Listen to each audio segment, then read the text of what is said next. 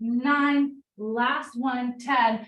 Press it back, stretch that out. Nice work. Awesome, awesome, awesome. We're going to come right onto our forearms. Inhale with your forearms parallel. I would rather you not have your forearms start facing each other. I like your forearms parallel as if you had a yoga block between your forearms and hands. That makes you have to work your rotator cuffs a little bit more. It's much safer for your shoulder girdle, and it keeps you working across the mid back rather than in your pecs. So let's go ahead and take those feet back into plank position. We're going to do control front. So we're already curling our pubic bone forward. We're pulling in our kittens just like we practiced. Can you pull your elbows towards your feet and your feet forward towards your elbows? And here we go. We're going to lift up right leg and bring it down. Lift up left leg and bring it down. 5 more each. Work that exhale. That exhale, pull those kittens in every time. That's it. 4 more each. 3 more each. We got it. Float one leg at a time, but keep your buttocks low. 2 more each. 1 more right side. 1 more left side. Come down. Stretch back, child's pose. It's a good little warm-ups, right? Clearly, we are a little bit beyond our warm-up phase. Walk your hands over to the right side of your mat. I'm going to take my hair, get it out of my way, and then walk yourself over to the left side of your mat, stretching out the side body. Connect to your breath so that every exhale pulls those kittens in. And then come all the way back through the middle. Perfect. Okay, we gave the wrists a break. Hopefully that was enough time for those wrists to take a moment so they could regroup, because we're going to come on up. We're hovering now with our feet down, our knees up. We're activating our core, and we're just going to rock a little bit front to back here. Now, if you need a modification, of course, you're down on your forearms. You can do the same thing. Try to keep hovering those knees off the floor. Remember, your arms are parallel. You're not letting your hands touch each other. 4 more. 4. This should feel like quads a little bit too. So you're pushing into your legs. Can you feel that? You're pushing into your arms. And last one. Excellent. And come down.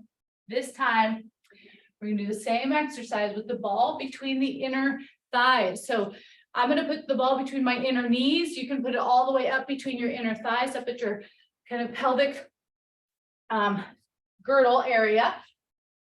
But I'm going to put it between my knees so I can really feel my legs narrow in from kind of the knee center, if that makes sense. Pushing down into the hands one more time. Here we go. You are pushing, right? It's your ability to push your feet into the floor, your toes into the floor, pushing your hands into the floor, squeezing the ball. That's it. And here we go. We're coming front to back. 1 and 2. Notice the size of my rocking is quite small. 3, but I'm really squeezing the ball as I push forward. 4, 5. We're going to go much bigger a little bit later. 6, stay steady. 7, stay in those quads and those inner thighs. 8, 9, and 10. Excellent. Come on down. Let's flip it over and let's put the ball at our sacrum. Nicely done. Okay, so you're going to go ahead and lie back onto your backs all the way. Put the ball under your sacrum, under the small of your back. And okay, so already we got into some of the deep intrinsic muscles. Intrinsic muscles are the muscles that are closest to the spinal column, the ones that are attached to our postural muscle group. We have mover muscles and postural muscles. So when we are working that kind of stabilizing, we're not going anywhere, but we're feeling the contraction. It's very, very postural. Okay, shoulders are relaxing back. Take a moment to inhale as you exhale, closing pelvic floor, pull up through the pelvic canal.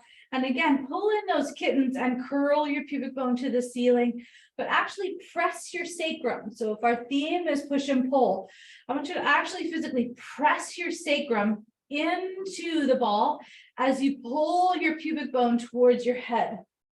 Good. And inhale back through neutral. So just giving a little more intentionality to our pelvic tilts here. Keep pressing your sacrum into the mat, and now arch your pubic bone towards your feet.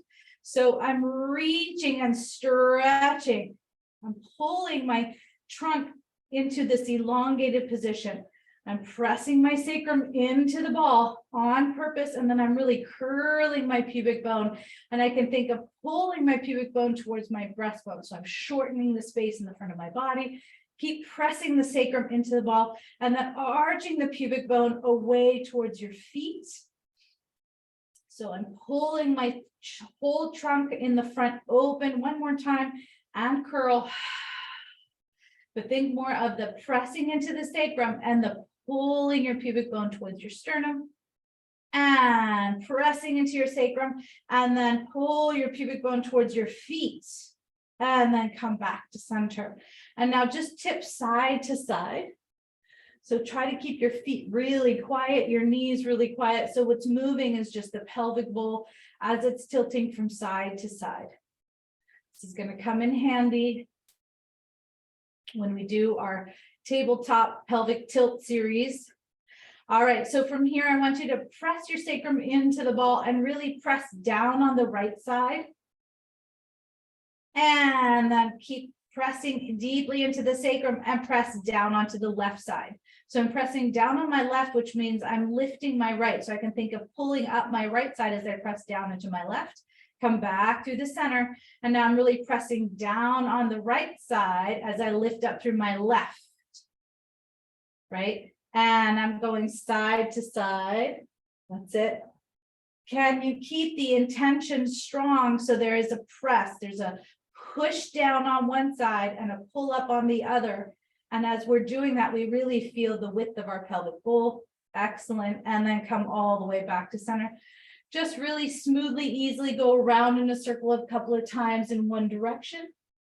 And then let's go around the other direction.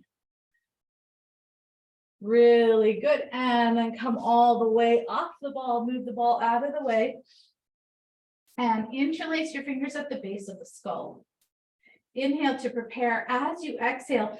So you're going to push the back of the rib cage, not the low back. So we're going to maintain neutral. We're going to push the back of the rib cage up into our curl, but I'm maintaining a neutral pelvis with my pelvis and my lumbar. So I'm not mushing that blueberry, but I am pulling in my kitten. So I'm going to bring my right and left leg up to tabletop.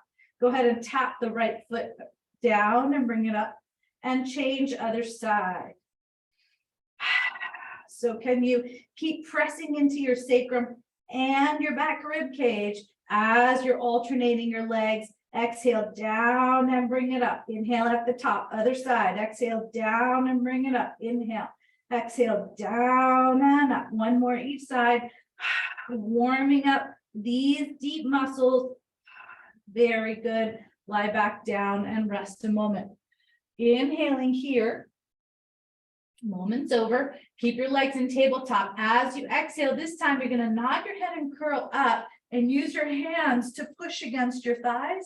Pull your thighs back into your hands. We're going to take double leg lowers down and up. When your legs come back up, they stop at 90 and you push your hands against your thighs. So I'm pushing with my hands, I'm pulling with my legs, and then I do a toe tap, bring it back up, pulling with my legs, pushing with my hands, feeling it right into my core. Inhale as I come down to a toe tap. Exhale, pull everything together. Inhale, exhale, push into my hands, pull my legs into my hands. Toe tap, maintain neutral. Exhale, 3 more. Pull legs to thighs or thighs to hands, hands to thighs. Inhale down. 2 more. Thighs to hands, hands to thighs. Use your core to make that happen. Last one. Curl, curl, curl up if you can. Head can be down if you really need that position. And then bring your feet down and rest. Okay, go ahead and straighten your left leg. We're just going to twist our spine over to the left. So I've opened my arms out to the shape of a letter T. I'm taking my right foot, pushing it down into the floor and stretching my navel center over to the left side of the room. My head and shoulders can look right, and then I'm going to come back to center. So here too, I'm also pushing and pulling. So I'm pushing down into my foot as I'm pulling my torso away from the floor and coming back down. One more press. So again, pushing and pulling is a way to develop and increase strength. Changing sides. If you think about squats, if you think about ab curls, if you think about bicep curls or tricep extension, it's all pushing and pulling, right? So now we've got our left foot down, pressing into the floor and rolling over to the right side. My left knee stays lined up right over my left foot as I twist and look left. Hello, and then bring it back. Inhale, exhale, and press.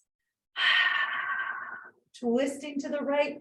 Keeping your core engaged is a really important part of this push-pull practice because it maintains the integrity of your spine, so you're not losing any of the length, you're not overly compressing into the discs or the bodies of the vertebrae. Everything is getting equal support as you're moving. One more.